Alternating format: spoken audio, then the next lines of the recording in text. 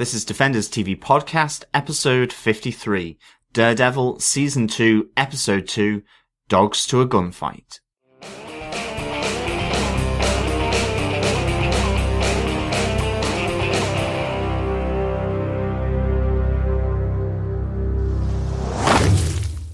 Welcome back, Defenders, to this episode of Daredevil Season 2, Episode 2. We're kicking off with a fight, and we're going to bring dogs to a gunfight in this episode. We are on episode 53 of Defenders TV Podcast, and I am one of your hosts, John. And I'm your other host, Derek. We don't have Chris with us for this episode, our second episode of our Daredevil coverage, but he did sneak in just at the end for episode 1 with his thoughts, so you hopefully will have heard that by now. I'm not saying he won't sneak in with his thoughts for the second episode either before we get our edit done, so hopefully you'll hear from Chris, and soon he will be joining us at the mic for the next episode, hopefully. He is currently winging his way all the way from the west coast of America back to little old Ireland. That's right.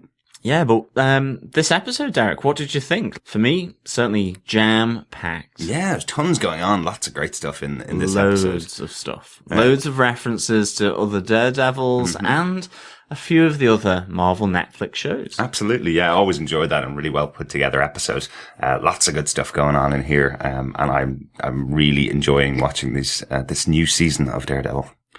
And dare I say it, obviously we have our 5-point structure where we discuss things that we like, don't like, or maybe indifferent to. I think I have about a 5-point times 4 structure to my points for this episode. So it'll be really interesting. I just thought this was absolutely chocked full of goodness, just like a burrito. Absolutely. We will be releasing this episode this weekend, which is the weekend of release for Daredevil, and we will be moving back to a more structured release. Sedate, I think you'll find.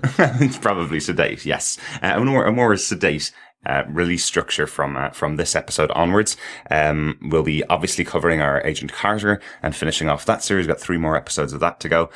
So probably get 1 episode of Daredevil and 1 episode of Agent Carter out every week. If you want to make sure that you get all of the episodes as they're released, make sure you subscribe to us on iTunes by just going through our direct link at defenderstvpodcast.com/iTunes. Or if you're not an iTunes person, if you're more of an Android person like myself, you can subscribe in any good or evil podcast catcher, like Stitcher, like Beyond Pod, like Podcast Addicts. Just search for Defenders TV Podcast. And once you've subscribed, we will arrive in your ears as soon as we release an episode. And of course, with it now being Friday, the 18th of March, Marvel Netflix have released this globally Daredevil Season 2 to all and sunder for their absolute enjoyment and watchful glee. So, of course, now if you have any feedback, what are your thoughts on these episodes? We would really love to hear that. Please send it into feedback@defenderstvpodcast.com. We have a spoiler-filled discussion section of our Facebook group, so you can join there and discuss away. It will all be spoiler filled, but it'll all be within a separate area of the Facebook feed. But just search Defenders TV Podcast and join us there and let us continue on the conversation both from the podcast and into Facebook, as now we can watch all 13 episodes of Season 2 of Daredevil. Of course, we can't, because Derek will, of course, have the PIN code for the TV and will put his parent blocking on for both myself and Chris. That's right. The way we cover our episodes is that we watch 1 episode of the season of Daredevil on Netflix at a time, and once we finished watching it, we then record the podcast before we watch the next episode. So that means we come up with some interesting theories about things that may happen for characters who usually die the episode after we come up with a big theory for them. So look forward to that, listeners. If you do want to share with us your thoughts on feedback, just make sure you mark it with the episode number you're speaking about. Any feedback about the full series, just mark it with that, and we'll talk about it at the end of the show at the 13th episode. So we'd love to get feedback on the episodes as you're watching them, as John mentioned. Absolutely. Just search Defenders TV Podcast on Facebook. Join our group, follow the page that we have as well. And of course, you can find us on Twitter at DefendersCast. Please come and join in the fun. It'd be great to have you. But I think with that, Derek, what do you have for us on this episode? What are the production notes for this episode 2? I don't want to read the production notes because there's so many people involved in this show. I was looking at them on IMDb and looking at them as we were watching the episodes. There's so many people involved in making this series as special as it is. So what I will call out is that the episode itself was written again by our new showrunners, Marco Ramirez and Doug Petrie. Great to have them involved in the first 2 episodes of the series, and also directed by Phil Abram, who directed the first episode of this season and the first 2 episodes of season 1. So, much the same people involved in this episode. Really good to have them involved in structuring the series and the setup for the show. So, John, do you want to tell us what they gave us this time? Sure. Foggy Nelson searches for his best friend Matt Murdock on the rooftops of Hell's Kitchen, leading to the opening of old wounds between the pair. The vigilante nicknamed Punisher by the cops goes on a shopping trip to pick up a police radio so he can step up his plan to take down the criminals of New York City. Meanwhile, Matt returns to Melvin Potter, the gladiator, to improve his suit and protect him from further punishment. Foggy also negotiates for survivor Grotto to enter the witness protection program with the district attorney, Samantha Reyes, in exchange for using Grotto to build a case against a drug leader called Edgar Brass. However, as the wiretap plan is put into action, another plan unexpectedly takes place from the DA's office as her ulterior motives for Nelson and Murdock's client are revealed as an attempt is made by the New York PD to draw out the bloody vigilante known as the Punisher. Yeah, so, this to me was, had so much going on in it. Really, really enjoyed it. Yeah. But I think, Derek, what is your first juicy point for this episode? I really just like the opening of this episode. It's really Foggy-centric, I think, in a lot of times. What I love is that Foggy's looking for Matt's body, and, he gets the idea of where Matt could be left after his attack by the Punisher, or after the Punisher attacked him, from overhearing the speakers that the police have saying, that there were shots fired on the roof of the tenements, in the local area in Hell's Kitchen. Very Daredevil-esque almost, listening in to, the police radio. Absolutely. Yeah. And what kind of gets me in the fact that Foggy goes and saves Daredevil is that obviously last season, Foggy had only just found out about him. He's now protecting Daredevil's identity and he's also supporting him. And what we see here by having this kind of sidekick in Foggy Nelson is that Daredevil wouldn't have survived this. He was bleeding out on the roof. He'd been shot. What it looked like he was bleeding out. I think what we learn later on is that the mask did protect him. He didn't actually get a bullet to the head, which was really lucky. But he did, but he got a bullet to the mask. Exactly. I think I said that I thought it looked like he had caught it, almost taken it out of the air with his super duper sensory skills. But no, it actually hit him square on the temple. Yeah, absolutely. And I do like the fact that Foggy's using really strange excuses to get into all the flats in the area. He says he lost his keys in the first one, then he says his kids locked him out, and the guy goes, "Are you some kind of idiot?" And Foggy goes, "Yes." Yeah, no, anything for the cause. Absolutely. Exactly. Yeah, absolutely. But I like how active again they're making Foggy in this season. That's really nice to see him being a central part of the team now. This is a team of the Daredevil crew, basically. Absolutely can't work alone. Yeah, and actually that feeds into my first point really as well, which again, the transition from the end of episode 1 there immediately into episode 2, it is almost seamless. It goes through really, really well, and I really like and completely agree with what you're saying there, that Foggy is part of the team, and I love that Foggy starts questioning Matt as those old wounds open, but in a different way, rather than "Why didn't you tell me about being Daredevil and this vigilante?" It's now, you have to stop being the Daredevil. Yeah. And it's almost as though he's trying to say, look, trust me to do my job, he says back at the apartment, trust the DA's office and so on. He's making the point is like, you're not the only one who helps. I'm part of this team. Let me do this. You need to now rest, take a break. Mm-hmm. And it's like, he's questioning the fact that not everyone now is a crook in this city. Yes, under Wilson Fisk, there was corruption throughout the public life in New York City and through Hell's Kitchen. But you hear from Karen now that a lot of those were taken down with Fisk when he was brought to court and brought to trial by Nelson and Murdock, avocados at law.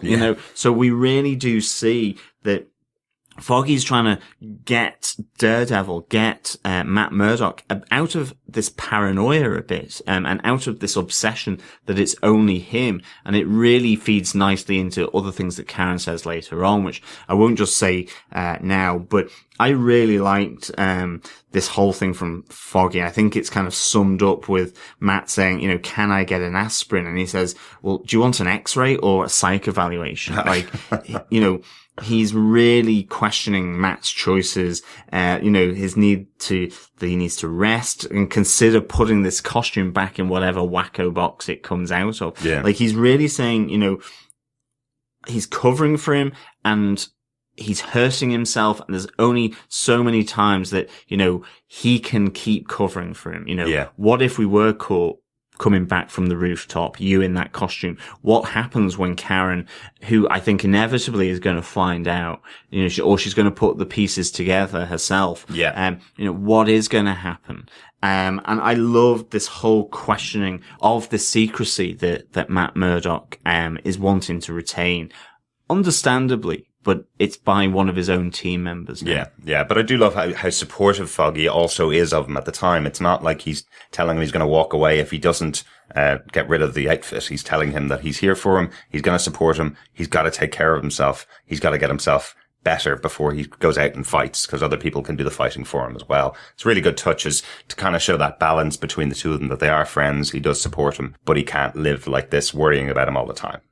And I think as well, Foggy bookends this episode with running across at the start the roofs of Hell's Kitchen to find his friend who he knows is in trouble. Mm-hmm. And he does it again at the end of the episode, after the trap sprung by the DA's office, right, which obviously we'll come to later.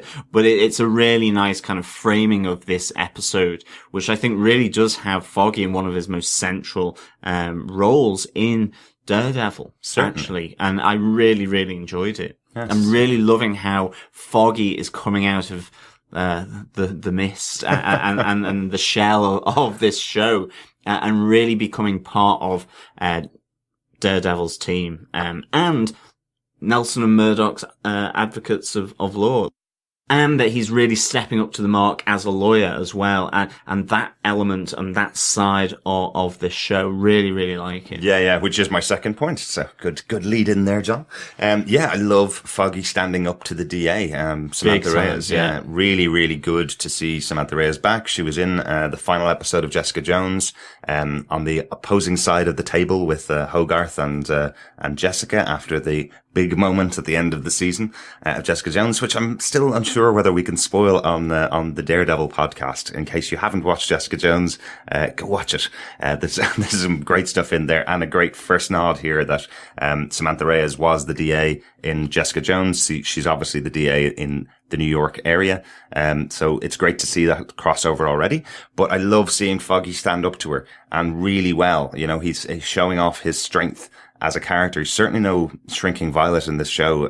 He's very confident in his abilities as a lawyer, which I really enjoy. It's good to have him be a character that isn't super powered, but does have this ability in the law and is going to use it to get his own way and get things done, really, in this episode. Really good moment between the two of them.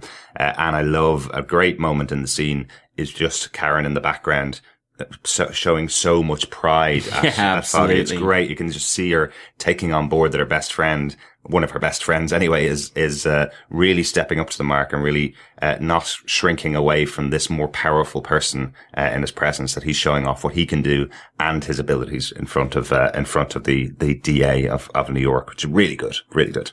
Yeah, definitely. And of course, we hear Edgar Brass's name mentioned for the first time here, about getting Grotto, as part of the witness protection scheme here, that the exchange for that is that he gives all the information he can about his previous work, but also helps to sort of ensnare and trap this drug cartel leader of going by the name of Edgar Brass, which is interesting because obviously from the first episode we have elements from the takedown of the Irish American gang.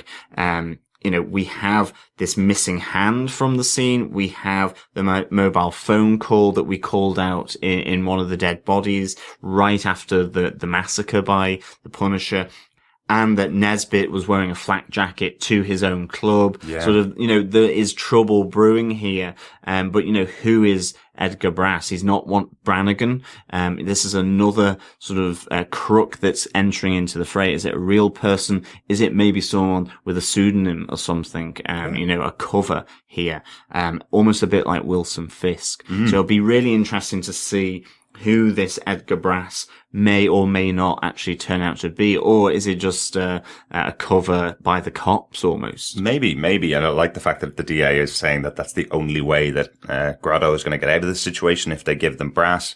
And Foggy does mention that the feds will give exactly the same offer to him. So Brass must be someone very important to this show. It'll be interesting to see who he is in the future. We didn't actually get to see him in this episode, so it'll be interesting to see who he is in the future. One call out from after last week's episode, we didn't do as many Easter eggs as we probably normally would because Chris wasn't here. But one of the little Easter eggs that I did really like after watching the episode was that Grotto himself is from the comic books, and he's actually a partner of Turk Barrett. He did partner up with Turk quite a lot in the comic books, and a couple of his appearances in the Daredevil comic books came from the Frank Miller era of Daredevil, as so much of this show has in the past. But it's quite interesting that Grotto is also a character in the comic books. And I'm wondering if the two of them will team up in future if Turk Barrett gets back out of prison. Will him and Grotto team up? Yeah, it would be really nice to see sort of the two lovable criminals kind of working together, in that sense. That would be a really cool little thing to have going on sort of, around the sidelines, definitely. Absolutely. John, do you want to give us your next point? Yeah, I think it kind of links in with Karen's pride, but Karen gets a good deal of storyline here, which I really liked. And I think the angle for me is kind of, as I've already said, she's a clever girl. Don't take me as an idiot, I think she says to Matt when she's round at his apartment. But it's the copycats, or what the devil worshippers as they're known, these people who are taking on the mantle of Daredevil. It's called out by Officer Brett Mahoney, in the police precinct, and it's kind of the thing then later on that Karen picks up in Matt's apartment, where she really goes, the Punisher was inevitable. This man, as she's reporting back to Matt the whole thing that went down with the DA surrounding Grotto, she goes, the Punisher was inevitable. She sees the straight line from Daredevil to the Punisher. There's all these other people that are doing it or trying to do it, but not quite so well. But here's the Punisher. He's doing exactly what Daredevil is doing. And she makes the point that Daredevil's actions open the door to men like this, men that think they are the law and that the law doesn't matter to them. And she says she doesn't see the difference now between Daredevil and the Punisher. They are the same. Okay, one has more violent methods than the other, but nonetheless, it's what they're doing. They feel that they are judge, jury, executioner, or judge, jury, and chucks it into the police precinct after he's beaten them up quite heavily. Yeah. So this I really liked. This coming from Karen, and I think that it was done in the apartment where you do get the sense that she's starting to not believe all of Foggy's excuses that, he's fallen down the stairs, he's walked into a door, that he's a heavy drinker, and all of this. She's beginning to suspect something, I think, because she does say, she might still accept that he's an alcoholic and a heavy drinker, but I think towards the end, she sees Foggy running frantic, as Daredevil is caught in the DA's trap. And I think maybe, does that start the change in it of, well, why is Foggy so concerned about Daredevil? Mm-hmm. Does he know him? And obviously then making that leap to, is it Matt Murdock? I loved all this interaction between Karen and Matt Murdock. Yeah. But also, with regards to these devil worshippers and copycats. Absolutely, yeah. One of the things I did like about that interaction between Karen and Matt is that Matt's trying to defend Daredevil and what he does, as opposed to what Punisher's doing. And it's quite interesting because Karen doesn't have the frame of reference to know that he is Daredevil. So when he's given her excuses like, well, Daredevil doesn't kill anybody, she goes, well, not that we know of. So how can you fight against that? How can you have that argument with somebody that doesn't know for definite that Daredevil is not a murderer, because they don't know anything? Absolutely. And she assumes that Matt has that same level of knowledge about Daredevil as everybody else in the city, you know? So he's trying to be defensive, yet she can only see it from her perspective, which is, well, maybe he did kill people and we just don't know. It wasn't reported on. Yeah, and I mean, she makes the point that, you know, everyone has cheered on Daredevil, and now all of a sudden people are doing exactly what he does, but they're not just leaving them outside of a court or a police station. They're killing them. Or, you know, all of this is now starting to sort of take its toll. And I think from Karen as well, she's coming at it from, you know, she has that moment where there's the survivor's guilt element where, you know, after the DA's meeting, she sat looking through the morgue reports on all the people that the Punisher has killed. And, you know, she's doing some searches on them and so on. But she says to Foggy, you know, I should have been one of those in the morgue. Yeah. I should have been one of those reports. You know, it's that I attracted Wilson Fisk's attention to come after me, and now I've been shot at, and this guy, the Punisher, is coming after me. And this, I think, is all fueling that now, this aspect that, well, maybe Daredevil is also one of these people. Yeah. Just in different clothing. I mean, we have the fact that Fisk and Daredevil had the same idea, at least up until the very last episode of, this is my city, I want to save it. Yeah. Obviously, that turned out to be a bit of a charade for Fisk, but nonetheless, again, she doesn't know that conversation. All the reports she saw was about Wilson Fisk wanting to save his city, to pull it out of the mess that it was in. Exactly. No, really good point. Derek, what's your next point? My next point is entitled "Poor Stupid Pawn Shop Owner." Yeah. Really like this scene. Our second proper introduction to Frank Castle. He actually gets more lines than Bang this time, which is good. He's very, very knowledgeable about exactly what he wants from the pawn shop owner, showing the training that he has, showing that he is coming from a military background and is trying to investigate and do something using the police scanners effectively that he's trying to buy off the pawn shop owner. But I love how the scene plays out, where he is so gruff with the pawn shop owner. He knows he just wants to use him to get this piece of equipment. I'm not too sure whether Frank was ever actually going to walk out of that pawn shop without killing the pawn shop owner. But I like that they've kind of used it as a way of showing that Frank Castle isn't all bad. He will do something to protect the innocents in his mind, whatever that may be. As the pawn shop owner calls out that he's going to sell him some porn of varying types, and that makes Frank snap and take the baseball bat to his head. Well, it says it's underage porn, basically. Yeah, as it's going worse and worse and deeper when Frank snaps. Really like that touch because, you know, Frank is a hero in the Marvel universe. You know, he's not a villain. While he does come across as a villain to people that don't agree with his methods, he has a belief in himself that he's not a villain. He's taking out bad guys and putting them down. So that's where the pawn shop owner gets his comeuppance, because he has now told Frank Castle that he is genuinely a bad guy. He's not just a guy who owns a shop that sells bad things. He's a bad guy himself. Yeah, he's trading in child pornography, essentially, underage pornography. And I mean, I think he was going to walk out, and I think it wasn't until then that it snapped for him. Yeah. So I actually would have thought he would have walked out, because he was being very methodical anyway about, give me the gun, or at least give me the cartridges. here's some money, give me the videotape, and here's the money for obviously the tactical radio, the NYPD mobile communications, device. And like all of that was playing out, and it was even so much that it supports your theory that he is good, but it was that, he will only harm those people that are genuinely deserving of it. And at the mention of all of that, he suddenly became genuinely deserving of the wrath of the Punisher, and this is Punisher baseball, as he picks up the bat. And I mean, quite frankly, it's probably more exciting than, real life baseball. I don't think I want to watch it though, to be honest. No, I don't want to watch it. I like the fact that it was off camera. This was the violent button being pushed, for the Punisher.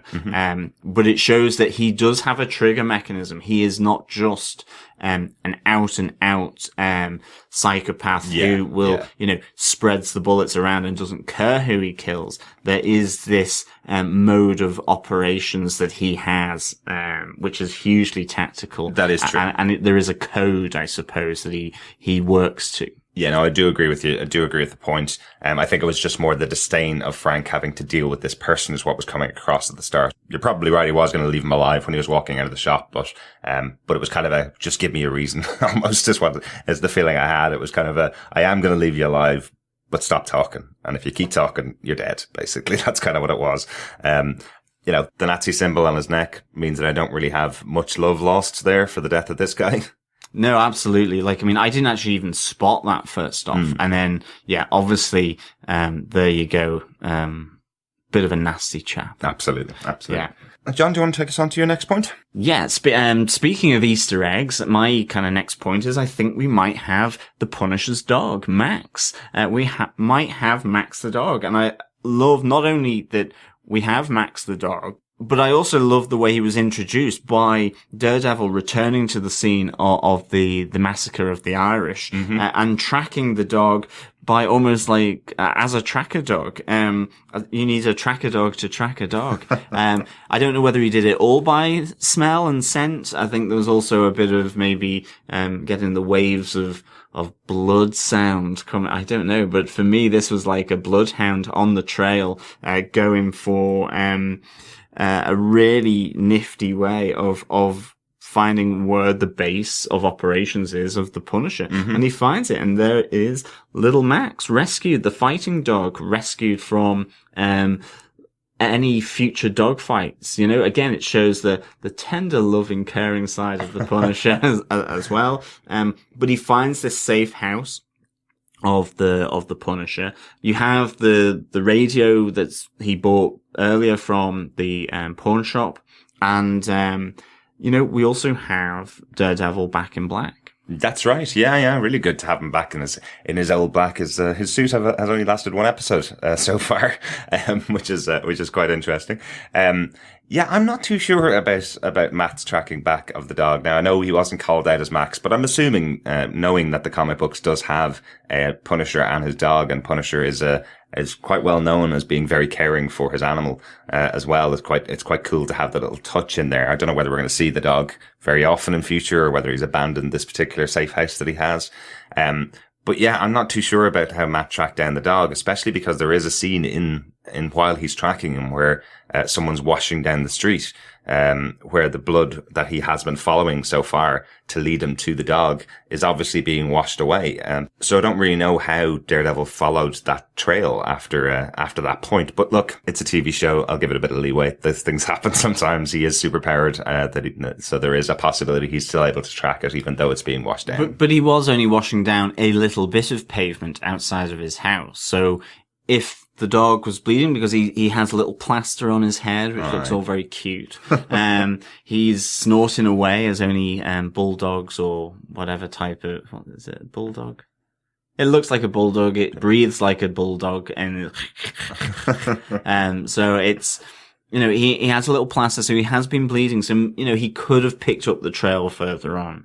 It wasn't like this guy was washing down the whole of New York City. Of course. That would take a lot of water. Yeah. And when it's 100-degree temperatures outside, you don't want to be wasting that much water. You wouldn't be able to do this in LA anyway. No. Hosepipe bands. Absolutely. But Derek, what is your next point? Speaking of Daredevil's suit, and the fact that it only lasted one episode, we get our return appearance of Melvin Potter, the gladiator, our suit builder for Daredevil. Great to see him back. Really good interplay between the two of them. I like that they've struck a deal between the two of them where Melvin says, we're here to keep each other safe, right? That's our deal. You keep me safe from being attacked.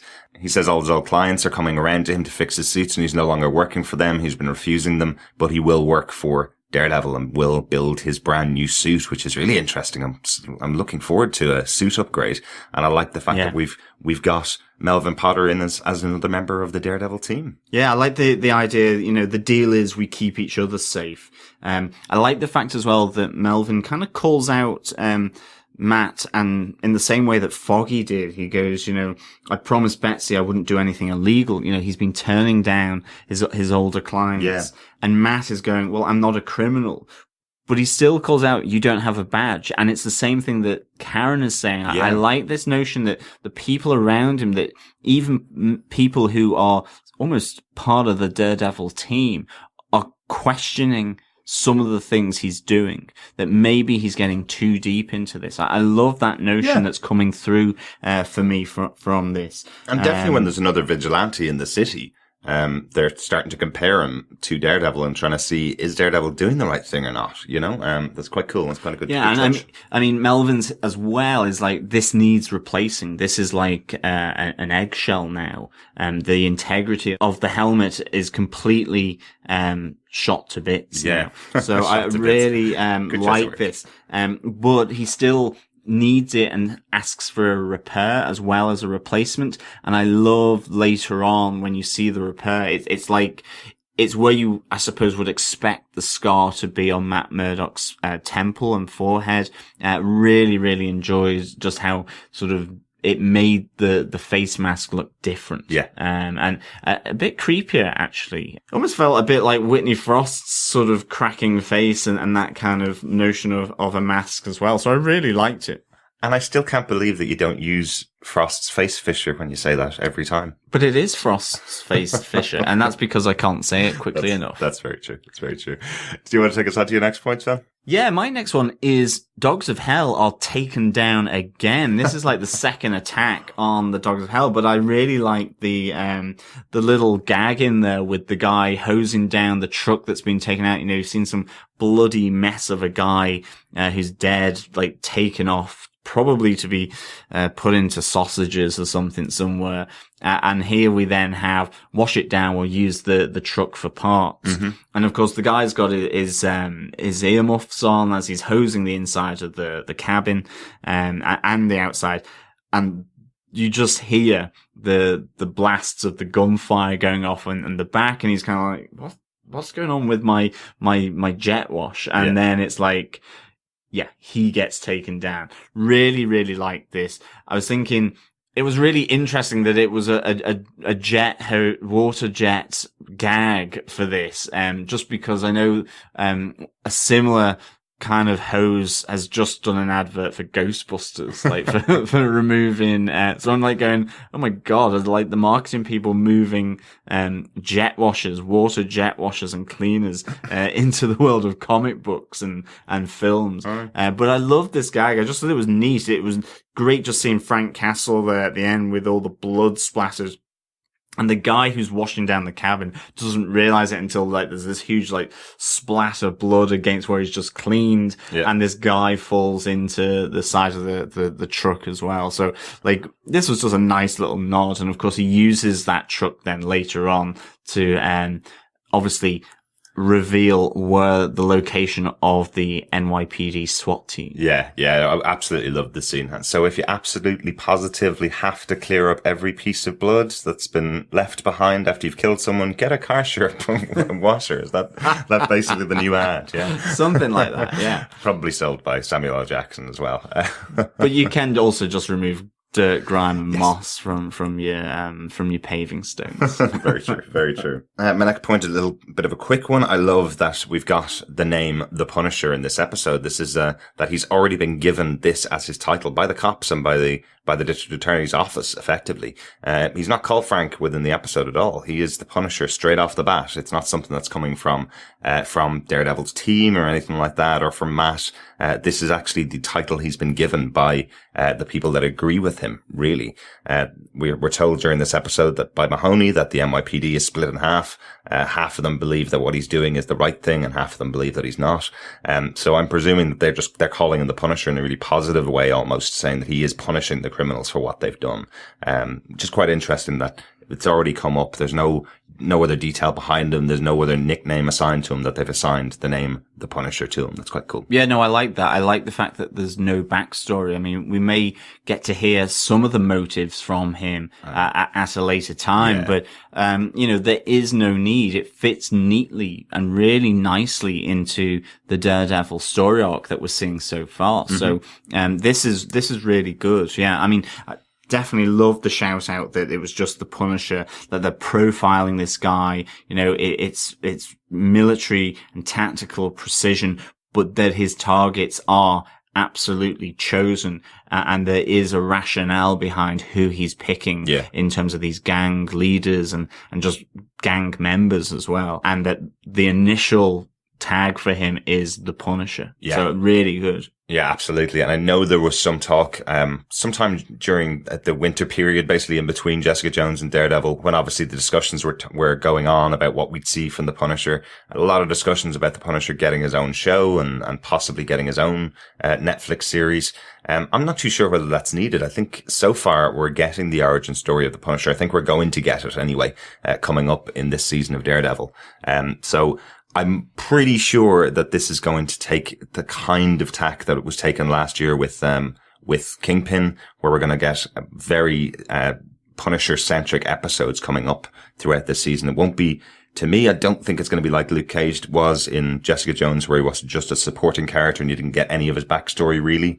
I think this is going to be much more. You're going to see a lot more of the Punisher in this series to complement the story of Daredevil unfolding as well. So absolutely. And I mean, that would fit with some of the stories in the comics as well, definitely. So I'd say maybe towards the end of the season, we'll see what we know of Punisher and Frank Castle. I'm loving Jon Bernthal's portrayal of the Punisher. I really do like how gruff and how right on point he is for the Frank Castle we know from the comics. Really, really good job. So definitely wouldn't be opposed to seeing a Punisher show in the future, but I'm kind of intrigued to see how they're going to handle him in Daredevil first and see how it plays out over the 13 episodes anyway. And we did get a bit of feedback on this point this morning while watching episode 2 from Nick Watches Marvel over on Twitter. He says, I had a thought. What if Punisher eventually becomes a defender? The trailers foreshadowed DD, Elektra, and Punisher fighting the Hand together. That would be a great thing, that the Punisher really becomes the immoral center for the Defenders, and actually has to be reined back by maybe Daredevil and a few of the others, like Luke Cage, to really stay disciplined and stay on board. I say that knowing that he's also a very disciplined soldier. So, I mean, this would be really cool, I reckon. He'd almost be like the Hulk of the Defenders, where they just point him at a target and he takes them out, and then they have some way of calming him down or getting him back and reining him in, But he's also the tactical mastermind as well for them. Yeah. Really allows them to be in the right place at the right time. Yeah, absolutely. Yeah. Yep. Thanks for the feedback, Nick. Really good for you to send it in. Yeah. Thank you so much for the feedback. Yeah. John, do you want to take us on to your last point? Yeah, it's round 2 of the Battle Royale. Yes. We left it at the end of episode 1, and now we pick it up here after the trap being sprung against the Punisher sort of fails. I love just how the truck that contains the washdown guy, One-Eyed Jack from the Dogs of Hell compound. I love the fact that he's used by the Punisher. He's strapped up to the wheel. But the fight on top of the roof between Daredevil and Punisher, again, Daredevil comes in right at the wrong moment for the Punisher to really stop him from taken out either the SWAT team or at least Grotto. And the fight up on the roof is really, really good. I mean, you've got the Punisher using the nunchucks, you've got Daredevil using the nunchucks, you've got some really great beatdowns, and it's all being done in the context of all these bullets flying around from the NYPD SWAT team, which, I mean, these guys are really bad shots. They are really terrible. Bad, terrible shots. But thank God they are, because they give a great backdrop to this fantastic rooftop fight between the two of them. I mean, it's really visceral, it's really raw, and I really like that of the Punisher and what he's bringing to these fights. It's proper, just punches, blocks. And he's willing to use anything around him, including, his adversary's own weapons against them. So I really like that. I love how the water tower was riddled with bullets and starts spraying down water as well. I mean, it was really, really cool. And then you end it where they fall through the roof light. And I love the way they're circling one another like the dogs at the dog fight, where Max has been rescued from. And really trying to get a measure of each other. And then we had it earlier in the episode where the bullet to the head seems to have messed with Matt's senses. He suddenly becomes very oversensitive to noise. He gets a loss of precision. He can't catch the glass as it falls in his apartment.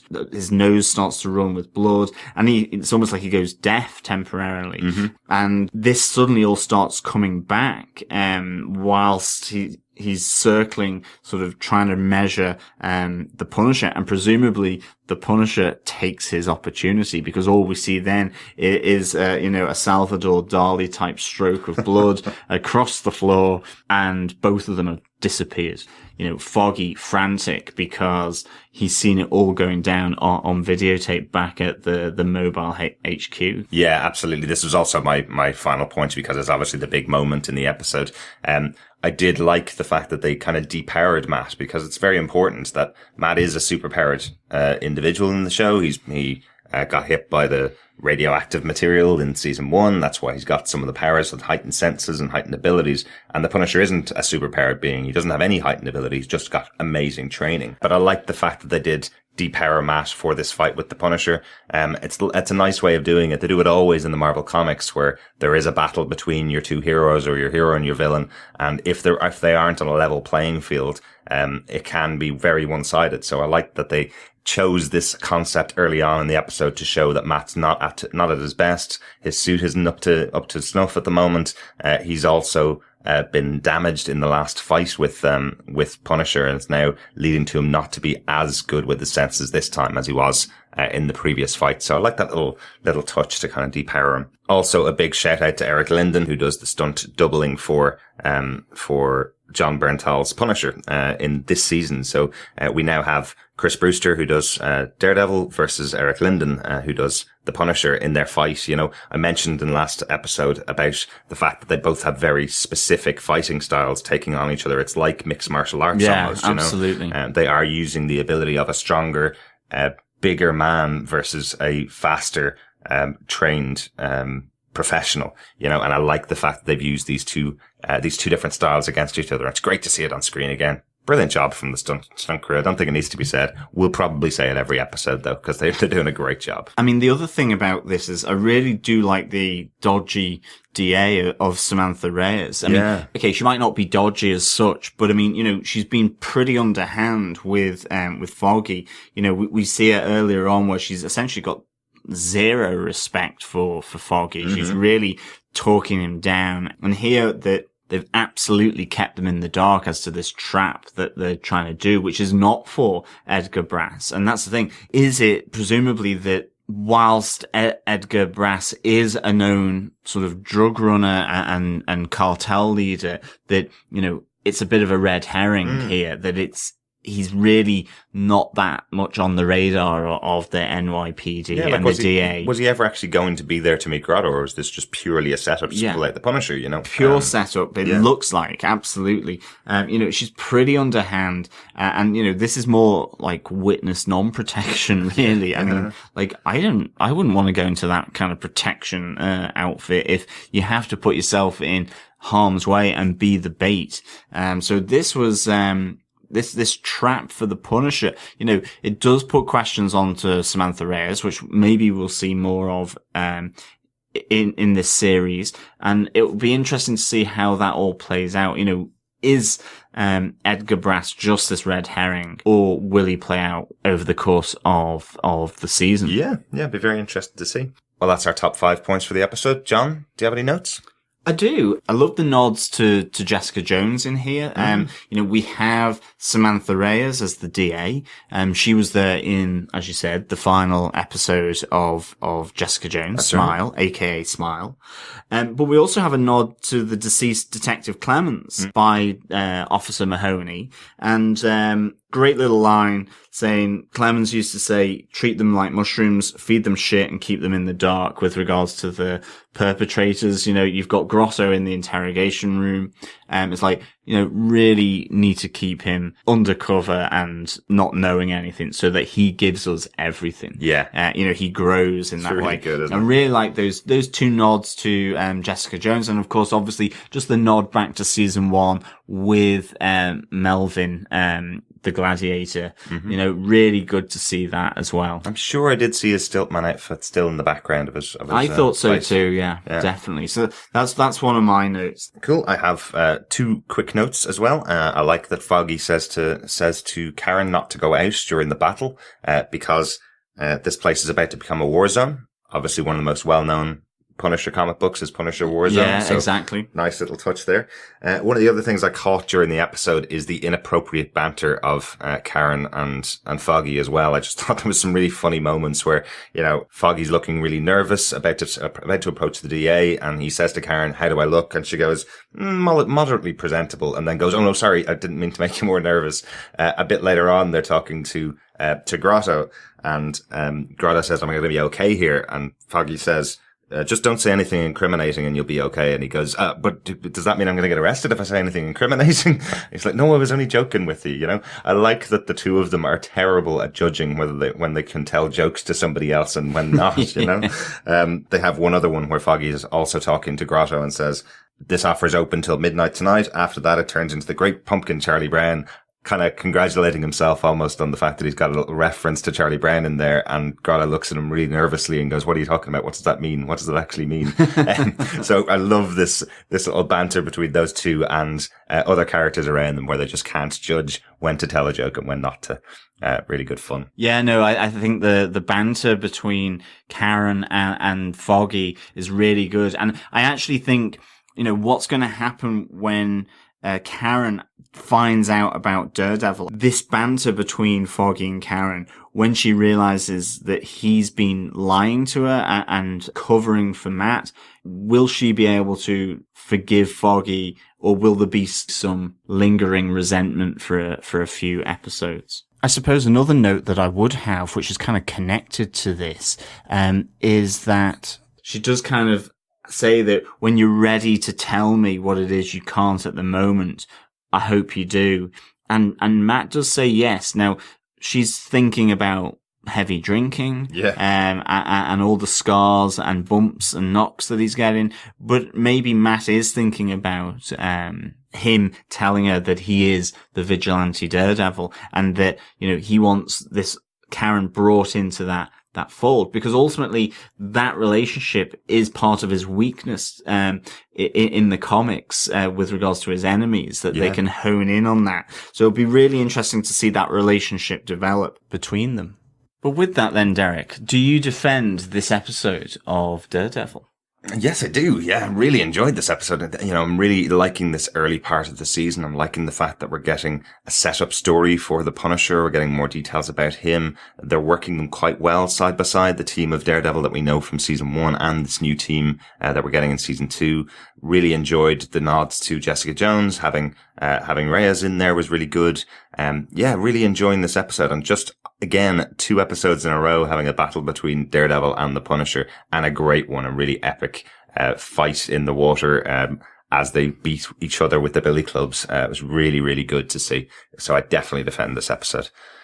John, do you defend this episode of Daredevil? I do defend this episode of Daredevil. You'll be unsurprised to hear. I'm going to definitely give this 4.5 bloody baseball bats out of 5.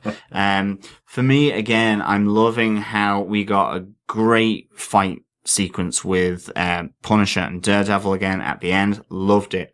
But importantly, I'm loving how the characters around Daredevil are responding to him as Daredevil or as Matt. And Foggy, for me, without question, Foggy Nelson in this episode was really good. I loved how he looked out for him, but was also questioning him. I loved how he stood up to the DA. But also, had that relationship with Karen, as you said, where he's really, that awkwardness is still there from the first season. Yeah. And I'm really liking how then with Matt Murdock, Karen is asking him to open up. She's wanting that relationship, but she's also aware that, something's going on. Now she thinks it's drink, but maybe, by the end of this episode, she's really starting to think that it's, something else. Maybe. Certainly given Foggy's reaction to seeing Daredevil and running out into that war zone. Yeah. So I really like those kind of, relationships and how they've developed since season 1 and how they're being really put front and central. Season 1 was very much about Daredevil's story, and now this is Daredevil and Matt's story with his friends and enemies as well. Yeah. So that I really, really enjoyed. I love the nods, as you said, to the to season 1 of Daredevil with Melvin Potter coming back. I love the nods to Jessica Jones, having that consistency of characters coming in. Yeah. We get the Punisher call out. We have the Devil Worshippers call out.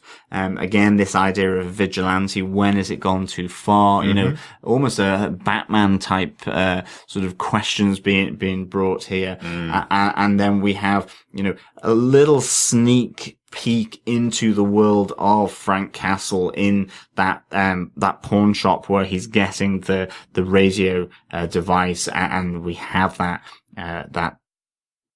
baseball bat incident. Like, I really, really liked it. And maybe we've also got Max the dog, which is going to be interesting to see as well. So to me, this is fantastic. I really can't wait to see where the Punisher has taken Daredevil. I presume it's to that chimney stack where he's got him chained up, and they're going to have a bit of a heart-to-heart, I would say. Who are you? Who the hell are you? What are you doing? What the hell are you doing? Mm-hmm. And we're just going to tease out this, this aggressive at the moment relationship that they have with one another, and maybe there might be a start of a team being built here, as we heard from some of the feedback. So can't wait to see what happens in episode 3. Yes, I absolutely defend this episode of Daredevil. Yeah, good stuff. So obviously, as we're recording this, people are caning through the episodes, but we are getting a bit of feedback in, particularly over on our Facebook group. But our first bit of feedback comes in from Rob Morgan, who plays Turk Barrett on the show. He says, "Thank you for keeping the plate warm for me. Turk Barrett fighting for his little place of Hell's Kitchen. He says, glad you can dig it. If it was up to me, Turk Barrett would be in every episode." Absolutely. We absolutely love Turk Barrett on the first season. Having watched episode 1 again now as well, I'm still there going, those poor fingers, those poor knuckles, and like going, they are seriously mangled after what Daredevil did to poor Turk. Hopefully he recovers in that month he's going to be spending in prison. And of course, we hope that you get a sidekick as well with Grotto, that Grotto lives through this Punisher sort of track of him, and that he can join you in a life of crime in New York City. Absolutely. We also got a little bit of feedback from Claire Laffer, who's one of the hosts of the Defenders podcast and joined us for an episode of our Agent Carter coverage. Claire says, "I've got my 5-point feedback. Clement's mention, yay. Melvin, yay. Oh God, I love this show. Oh God, I love this character. Oh God, explodes." I think you missed a few points on there, Claire, but thanks very much for the feedback. I know you're going through your 13-hour marathon session, watching all 13 episodes back to back, so that you can host your episodes of the Defenders podcast coming up from next week. Hope you're enjoying it as much as we are. Yeah, and remember, keep hydrated and make sure you push through those moments where you need to get that extra bit of energy to watch the 13-hour marathon. You're like Eddie Izzard at the moment, doing 27 marathons in one go. This is 13 episodes back to back in one go, so keep it up. Absolutely. And we've also had some Facebook reactions in so far, John. Yeah, Ronaldo said the intro to Frank is so menacing. It's just like he's this force. So fun to be back in the Daredevil world. Immediately so different from Jessica Jones. He goes, I think apart from the initial massacre of the Irish mob, it has been interesting that the violence associated with Frank Castle is only implied and minimal compared to previous Punisher incarnations on screen. In Warzone, it's over the top graphic, and Tom Jane's movie, both the film and the short, never shirk on the violence in your face. Bernthal's Punisher does all this killing off screen, or he himself is off screen, and it makes for a very menacing and deadly effect. Absolutely. I think that's one of the great things about this. And I think it links into some of the other Facebook reactions that we got from Ben and from Rebecca. Ben goes, it's a very Garth Ennis intro for Frank, and Rebecca, it was about as Ennis as you can get, with a big smile emoticon. Yeah. It really is, very much, seems to be taken from Garth Ennis. Yeah, I think I mentioned that in the first podcast. Yeah. Absolutely. And as well, then just going back to Ronaldo, he also has a small note as well for episode 1. He goes at the very beginning, he loves Daredevil taking down one of the diamond robbers in the Chinese kitchen. Then the cooks beat the crap out of the fallen robber. Kick-ass. Smiley face. Like, yeah, absolutely. It's just so sort of like, we're going to get you back. You know, we're going to take out our revenge. We're going to save our, kitchen, not the city. It's kind of really good. Yeah, but it is like a good kind of touch of it that it is in a kitchen, in-house kitchen, that the residents of that kitchen are taking it out on the robbers. I think that's quite a good little touch as well. But good call out. I remember laughing quite loudly when I watched it in the episode and then forgetting to put it into our podcast review. So good call out. Definitely. It all seems to be about the Punisher having a huge impact on the first episode of season 2 and its introduction. Like Chris, our co-host, who was on the other side of the world, goes, I think they're saving the gore for a couple of episodes later so that when we see it, it will be a stark contrast from Daredevil's more considered approach. Maybe more cold and with military precision. Absolutely. And Will Madgwick says, I'm glad it went straight into action. I've been looking forward to it so much. That's exactly what I wanted. Yeah, I agree, Will. It's really good to see that bit of action in there. And then finally, Little Kev says, I've had a wee binge today. All I can say is hell yeah. It is a completely different show than series 1. Maybe a bit more the Punisher show than Daredevil. Thanks very much for that, guys. Really good to hear from everybody on their feedback as they're watching through the first couple episodes of Daredevil.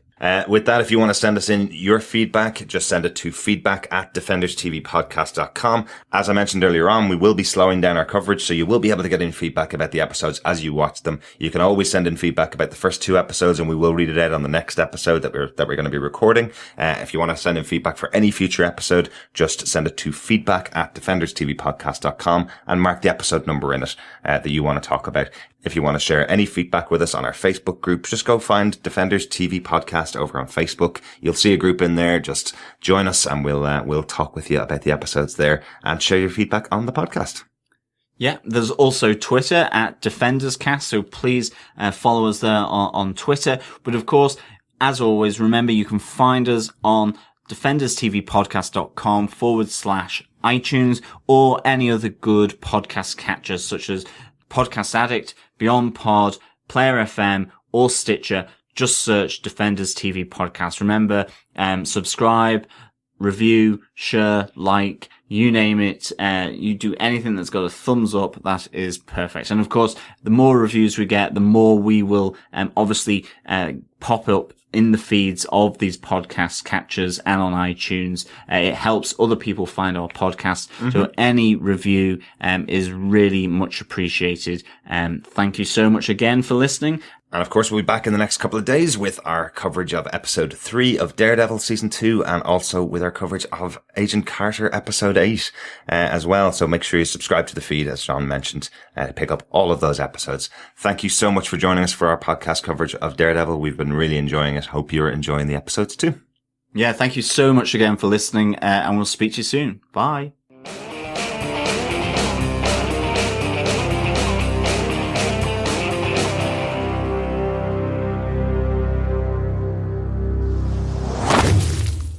This has been a Flickering Myth Podcast Network production. For more information, head over to flickeringmyth.com for more shows like it. Find this show in iTunes by searching for the podcast name, and head over to youtube.com/flickeringmyth to subscribe to the Flickering Myth movie show. We'll see you on the next podcast. Take care. Bye bye.